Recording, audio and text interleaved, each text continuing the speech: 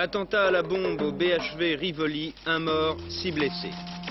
Quelques incidents à Paris à l'arrivée des marcheurs du Larzac. Youssef Kismoun est sorti de prison, la procédure de révision de son procès est déclenchée. Le romantisme pas mort, mais quels sont les vrais romantiques?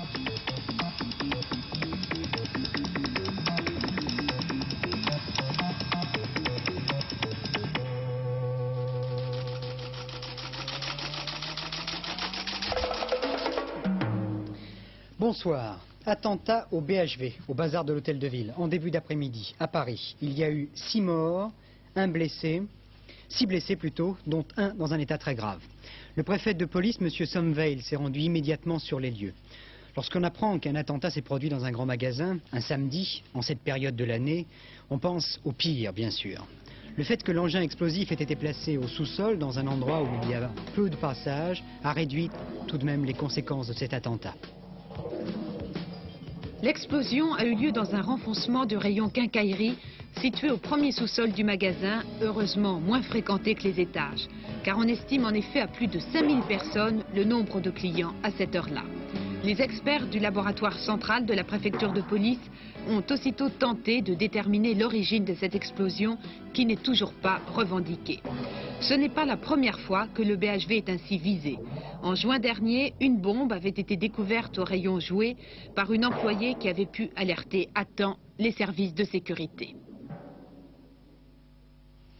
Youssef Kismoun est sorti de prison. Youssef Kismoun, c'est ce jeune Algérien de 27 ans qui avait été condamné à 20 ans de réclusion criminelle pour un meurtre dont il a toujours nié être l'auteur. Par une décision exceptionnelle, il vient d'obtenir un complément d'enquête et une suspension provisoire de sa peine. La commission de révision des procès criminels et correctionnels veut en effet obtenir des renseignements complémentaires sur cette affaire.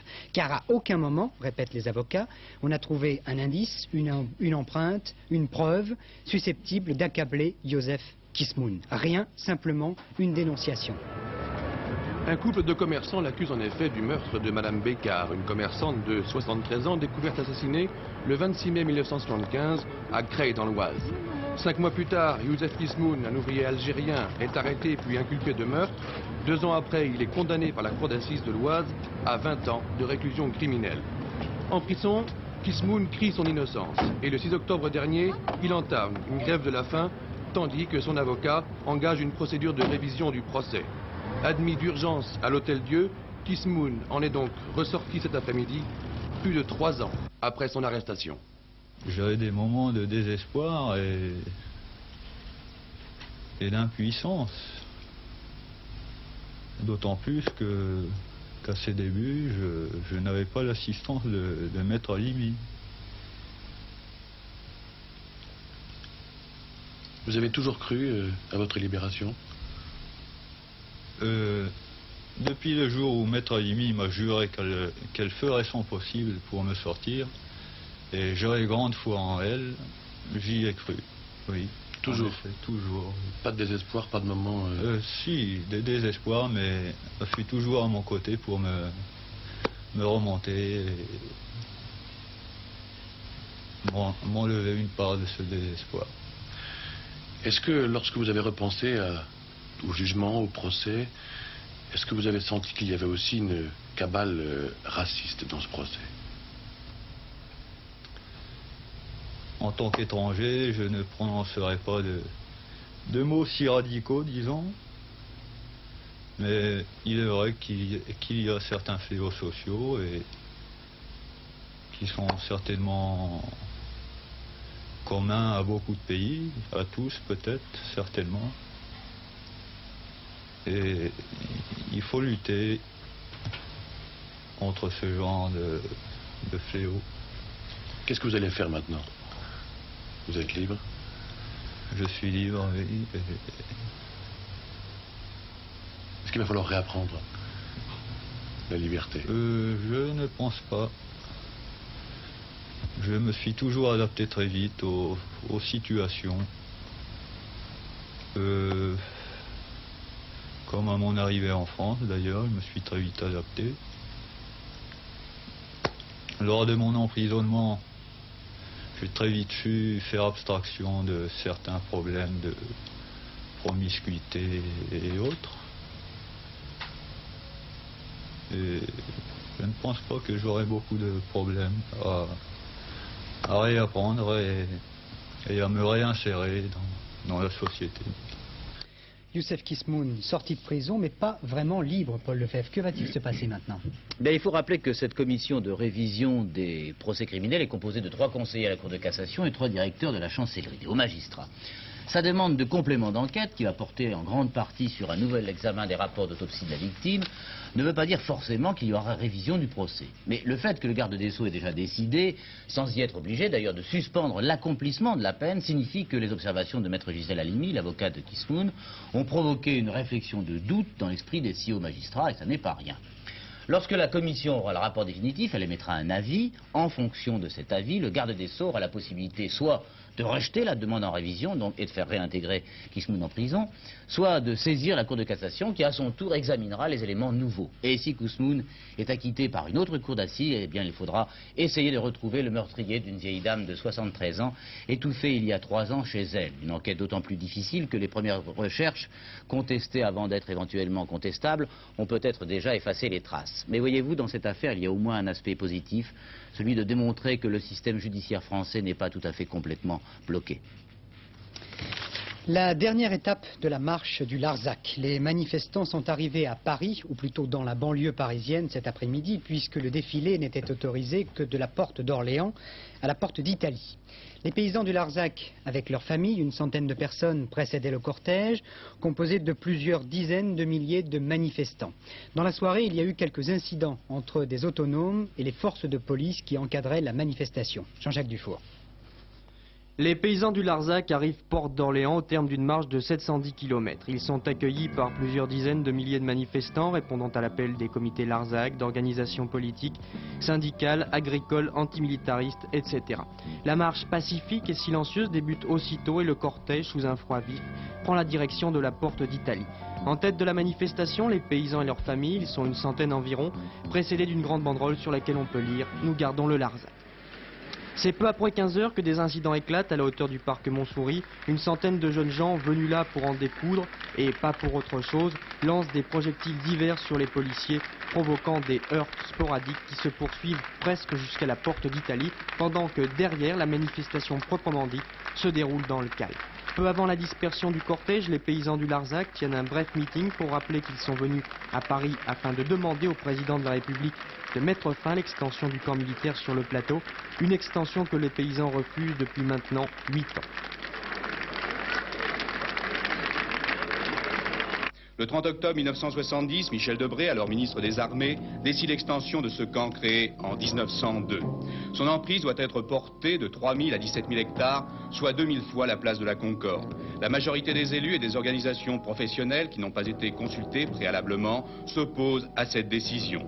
Cette extension touche 11 communes et elle concerne à des degrés divers 71 exploitations agricoles, dont une vingtaine, selon l'armée, seront rayées de la carte. Mais pour les paysans, c'est 50 à 60 fermes qui sont menacées directement de disparition. Et cet agrandissement, disent-ils, va assécher les 2 mamelles de la région, le tourisme et le roquefort. Pour eux, cette amputation de 14 000 hectares de pacage entraînera la perte de 1 300 000 litres de lait de brebis, soit 325 tonnes de fromage, ce qui correspond à la moitié de nos exportations vers les USA. Pour l'armée, la collecte sur le COS ne baissera que de 325 000 litres, soit l'équivalent de 90 tonnes de roquefort. Sur les 103 paysans qui ont fait le serment de garder leurs terres, 10 sont passés depuis à l'ennemi. Mais cette défection a été compensée par l'installation de 8 nouveaux agriculteurs sur le Larzac. Et la petite guerre de position que se livrent les paysans et les militaires fait songer à une gigantesque partie de dames. L'armée encercle certes les bastions de résistance avec ses 6 000 hectares acquis à l'amiable, mais les paysans, grâce aux groupements fonciers agricoles, sont parvenus à lui souffler plus d'1 millier d'hectares. Des terrains stratégiques qui sont autant de verrous bloquant la progression militaire. La situation semblait donc figée quand fin octobre, l'armée tentait une percée avec une arme nouvelle, la signature des ordonnances d'expropriation des terrains situés sur les communes de la Cavalerie et de Roque-Sainte-Marie. L'armée encore, non pas à propos du Larzac, mais à propos de son moral. Eh bien, l'état d'esprit qui règne aujourd'hui dans l'armée française est bien meilleur qu'en 1975. C'est le général Billard qui parle ainsi dans une interview recueillie par l'AFP. Le commandant de la première armée, qui compte 120 000 hommes, s'insurge contre ceux qui continuent à dire que l'armée est l'école de la paresse. Depuis 3 ans, nous avons fait d'énormes progrès. Dans cette interview, le général Billard souligne l'excellente cote d'amour dont jouissent les militaires français auprès de leurs partenaires, notamment après les opérations de Kolwezi, au Zaïre. La situation en Iran. Nouvelle manifestation aujourd'hui à Téhéran et nouvelle fusillade. Il y aurait eu 20 morts encore, à ajouter au bilan d'hier, 7 morts selon les autorités, plus de 45 victimes et 395 blessés selon l'opposition. Observant les consignes du gouvernement militaire, l'armée a tiré contre les manifestants et Téhéran est replongé depuis 24 heures dans de nouveaux troubles religieux. À l'origine de ces manifestations, en effet, le début de la période de 10 jours pendant laquelle les musulmans chiites observent le deuil du Moharram. C'est le deuil du mois de Moharram qui commémore l'assassinat du petit-fils de Mahomet, donc l'imam chiite, par le califat Omeyyade. Ça a commencé hier, samedi, ça dure tout le mois de Muharram, donc 28 jours, et le sommet, c'est le 10 décembre, le jour de l'assassinat de l'imam. Et comment expliquer que ce fanatisme religieux se transforme systématiquement en manifestation politique contre le Shah? Parce que le chiisme est une manifestation politique contre l'occupant arabe. D'abord, c'est pourquoi le chiisme a été créé, contre le sunnisme de l'islam arabe. Ensuite, contre le califat ottoman, c'est à ça que l'Iran doit son indépendance. Et enfin, la religion, contrairement aux autres pays du monde, a toujours été séparé du pouvoir en Iran, a toujours été un anti-pouvoir en Iran, dont les ulémas chiites ont plus ou moins été contre les souverains en place. Alors d'un côté il y a le Shah d'Iran, de l'autre côté il y a la population. Qu'est-ce qu'il peut faire aujourd'hui le Shah? Je crois que le Shah a un calendrier en 3 points. D'abord, par son gouvernement mi-militaire, mi-civil, essayer de baisser la tension, essayer d'en terminer avec les grèves. Premier point. Deuxième point, essayer de mettre sur place un gouvernement d'union nationale avec, naturellement, le Front national du Dr Mossadegh, les quelques partis de droite ou de gauche, mais toujours centristes, et si possible avec certains leaders religieux modérés. Troisième point, essayer de se retirer de la scène au profit de son fils dès que le fils aura 20 ans, c'est-à-dire dans 1 an, 1 an et demi. En Algérie, pour la première fois, un journal a fait allusion ce matin à l'après-Boumedienne. Ceux qui croient que l'Algérie d'après-Boumedienne changera totalement de visage, écrit le quotidien Achab ce matin, eh bien se trompent dans leurs prévisions. L'un des mérites de notre peuple est d'être fidèle à ses principes. Le militant Ouari Boumedienne en a été le symbole. Je vous rappelle que le président algérien est toujours dans un coma dépassé et en réanimation totale depuis mercredi. Un bulletin de santé publié ce soir parle pourtant d'un état de santé qui est réversible. Le nouveau ministre français des Affaires étrangères, M. Jean-François Poncet, a adressé aujourd'hui un message à son homologue algérien, M. Bouteflika, pour former des vœux pour la santé du président Boumedienne et pour assurer que l'une de ses premières tâches à la tête de la diplomatie française sera de resserrer les liens de coopération dans tous les domaines entre Paris et Alger. Je n'irai pas à Oslo pour recevoir le prix Nobel de la paix, a expliqué le président Sadat, car le traité de paix entre l'Égypte et Israël ne pourra pas être signé dans l'avenir immédiat. C'est le conseiller politique du président égyptien qui recevra le prix à sa place. Tant que la paix n'aura pas été conclue, ce serait ridicule que le président Sadat prenne place à côté de M. Begin pendant les cérémonies d'Oslo. C'est un diplomate égyptien qui l'a expliqué aujourd'hui. Nouvelle tragédie pour les réfugiés vietnamiens qui quittent le pays et essaient d'aborder les côtes malaisiennes. Un bateau transportant 300 personnes vient de couler. Il y aurait 43 morts et 95 disparus. Il a été rejeté au large par les policiers et puis le bateau a été submergé et disloqué par les vagues. 43 morts. Et puis dans le journal Le Monde ce soir, comme d'ailleurs dans une trentaine de journaux d'Amérique, d'Asie et d'Europe, 2 pages en espagnol, signées FARN, F-A-R-N. Ce sont les Forces armées de résistance nationale, une organisation clandestine d'extrême gauche qui a enlevé le 24 novembre dernier le directeur de la filiale Philips au Salvador. Cette double page, publiée aujourd'hui dans Le Monde et simultanément dans une trentaine de journaux d'Amérique et d'Europe, est le fruit de négociations entre la direction de la firme Philips en Hollande et une organisation clandestine de gauche, le Farn, pour la libération du président de la firme au Salvador, M. Fritz Schwittmann, âgé de 34 ans. Le voici. Cet enlèvement, le 4e en quelques mois, est le signe de la tension politique qui règne actuellement au Salvador, ce petit pays d'Amérique centrale de 4 millions d'habitants, très peuplé, qui vit sous la dictature du général Carlos Romero.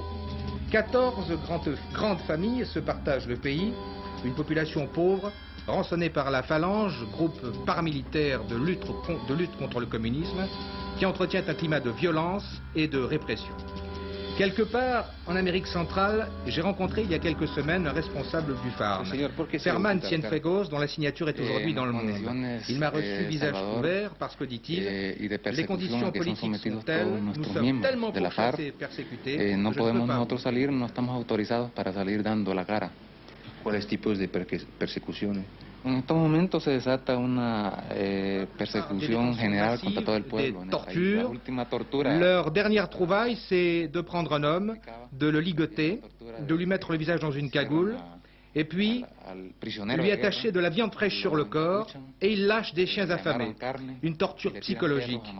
C'est contre cela que nous nous battons, contre cela que nous voulons attirer l'attention. Le dossier social maintenant, en France. Grève des dockers CGT de Marseille aujourd'hui, elle a été suivie à 100%. Et puis suite de la grève des agents de conduite de la gare de Lyon à Paris, avec toujours des perturbations sur les lignes de banlieue. Le trafic sur les grandes lignes est normal. Un sondage Sofres publié par le Nouvel Observateur réalisé entre le 27 octobre et le 2 novembre. Un tiers des Français seulement croient qu'un gouvernement de gauche pourrait réduire le chômage. Et puis 72% des jeunes estiment qu'un jour il pourrait leur arriver d'être chômeurs. Un mauvais coup dirigé contre le marché commun agricole et par conséquent contre l'agriculture française, c'est le jugement de Jean Le Canuet, le président de l'UDF, à propos du vote de l'Assemblée nationale refusant l'harmonisation de la TVA au sein du marché commun. Réponse cet après-midi pour le RPR par la voix de Bernard Pons, député de l'Essonne. Ce vote ne porte pas atteinte à l'intérêt des agriculteurs français, mais défend au contraire les prérogatives du Parlement français. Les jeunes RPR réunis à Paris pour une convention extraordinaire. Jacques Chirac, toujours hospitalisé, n'a pas pu assister à la réunion, mais il a fait lire un message à la tribune, un message dans lequel il dit notamment « Jeunes, vous refusez les concessions, les abandons, les renoncements, vous dérangez, comme je vous comprends ». Daniel Brem, qui a suivi pour nous cette convention des jeunes RPR, a été surprise, elle, par l'atmosphère des débats.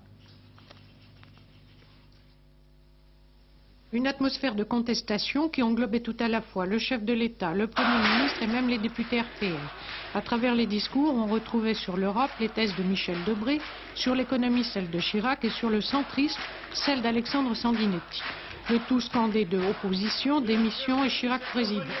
Aux élus du RPR, ces jeunes sans mandat clament leur mépris des valses hésitations. Et tout en se proclamant défenseurs des institutions, ils n'hésitent pas à considérer que si leur volonté ne s'impose pas, mieux vaut ouvrir une crise de régime. Peu importe que nous soyons ou non dans la majorité, qu'on nous y accepte ou qu'on nous y refuse, cette majorité ne nous intéresse pas. Elle appartient au passé.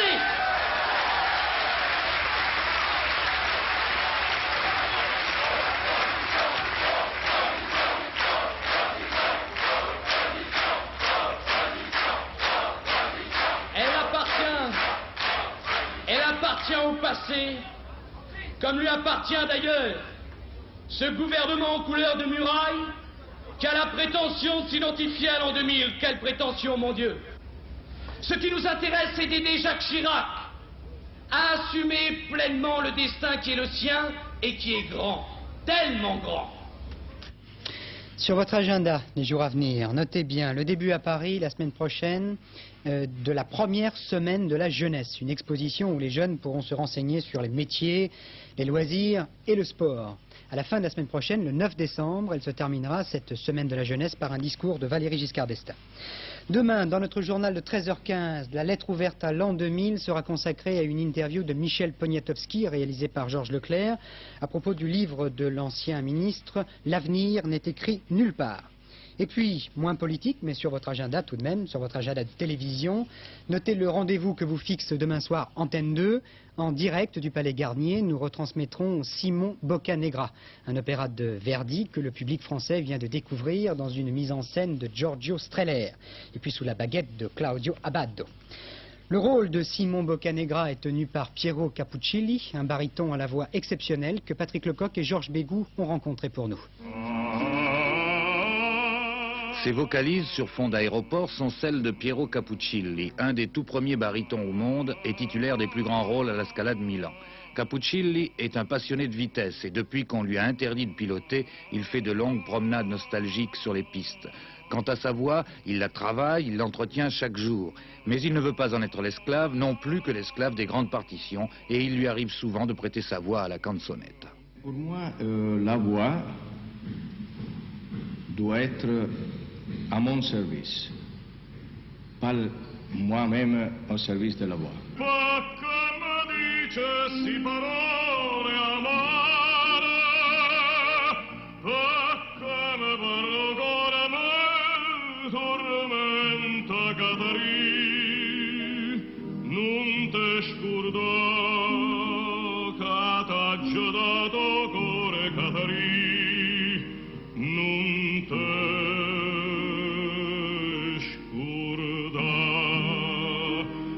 Simon Boccanegra, c'est un opéra très difficile. Ce n'est pas un opéra seulement vocal, mais artistique. Alors, il faut avoir beaucoup d'années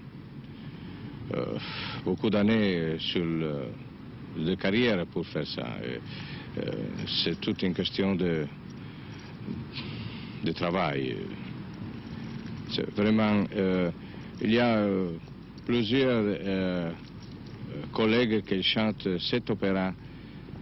Ils doivent trois années de carrière, mais c'est pas bien comme ça. Et la voix finit complètement, parce que ce sont des opéras très dramatiques. Il faut avoir une expérience vocale et une expérience de scène artistique.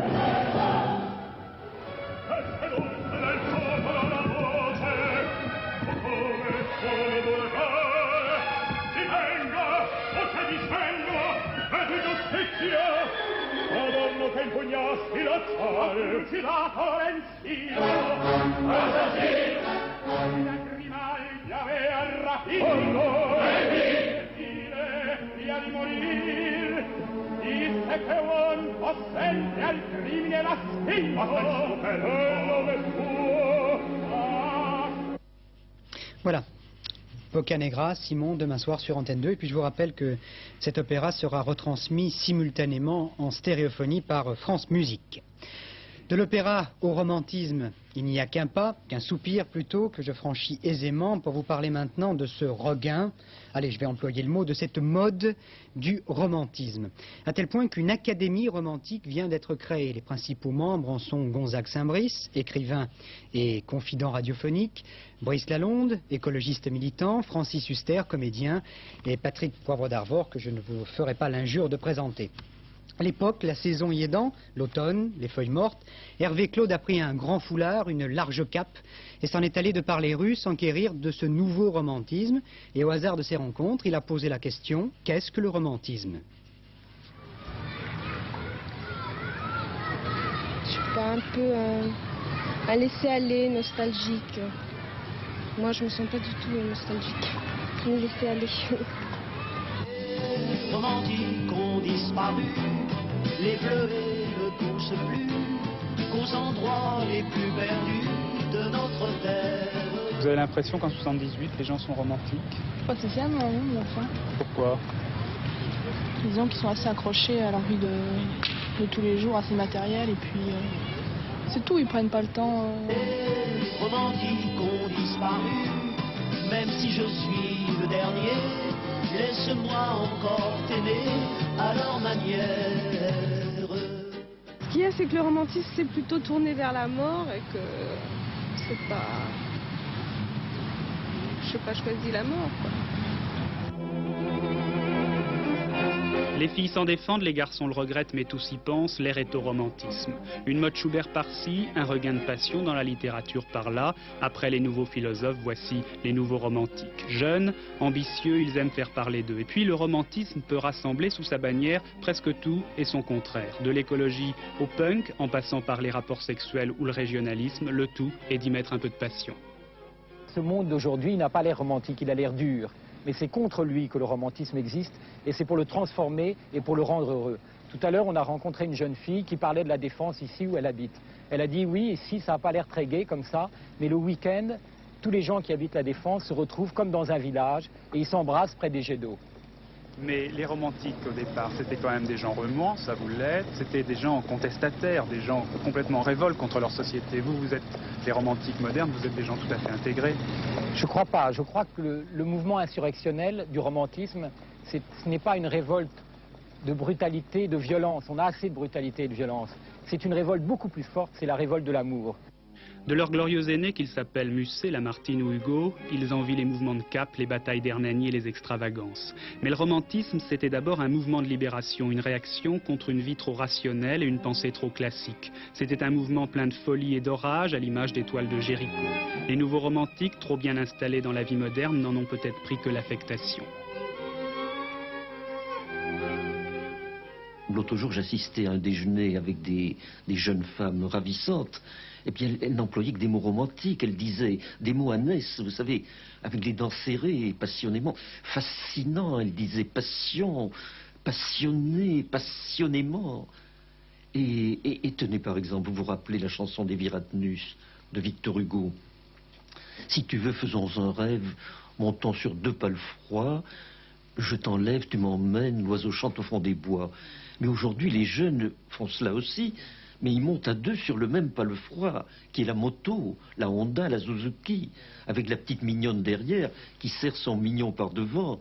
Attitude romantique. Et de même ces façons, non plus de donner le bras, mais de s'enlacer, vous savez, avec les bras croisés par derrière. C'est une attitude profondément romantique. Et pourquoi? Est-ce que la période actuelle se prête plus au romantisme? Mais oui, justement, par réaction contre les organigrammes, contre les ordinateurs, contre les idéologies. Réaction de spontanéité, réaction de passion et de liberté. Paul Gut, est-ce que vous-même vous sentez un personnage romantique? Moi, beaucoup, mais avec les cheveux à l'intérieur. La moto romantique, pourquoi pas? En tout cas, les marchands ne s'y trompent pas. Qu'il soit une passade ou une aspiration réelle des jeunes, le romantisme fait vendre. La mode, la publicité récupèrent à leur tour. Pourtant, cela n'empêche pas les sentiments sincères. La génération de 68, celle qui a laissé beaucoup d'illusions à Paris comme à Prague, cette génération-là est sans doute sincèrement romantique, mais elle l'est avec pudeur. Avoir le courage de rêver le matin, le jour, dans la rue. Enfin, laisser une grande place à l'imagination au cours de la journée, au cours de sa vie. Teinter sa vie, la réalité d'un peu de rêve.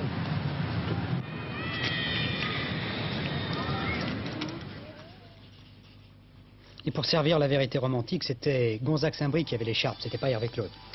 Il me reste à vous parler de la météo pour demain. Eh bien, comme aujourd'hui, il y aura encore de la neige. Vous le voyez, aujourd'hui, il y a eu de la neige en Normandie. Mais demain, il y en aura encore, en particulier sur les Alpes et la vallée du Rhône. Il y aura un temps froid et brumeux qui va persister sur les Flandres toute la journée, sur la Picardie, l'Alsace, la Lorraine, la Bourgogne. Il y aura une perturbation également qui va aborder dans la matinée les côtes de l'Atlantique, donnant des pluies et atteignant dans la soirée la Normandie, le centre et le massif central. Des vents assez forts sont à craindre sur la Manche et l'Atlantique. Vous avez rendez-vous avec Pierre Alain à 23h37 pour la dernière édition du journal, avec comme chaque samedi la rubrique cinéma de France Roche. Je vous retrouverai pour ma part avec grand plaisir à 13h15 demain pour une édition de la mi-journée du journal d'Antenne 2. Je vous souhaite une très belle soirée sur Antenne 2.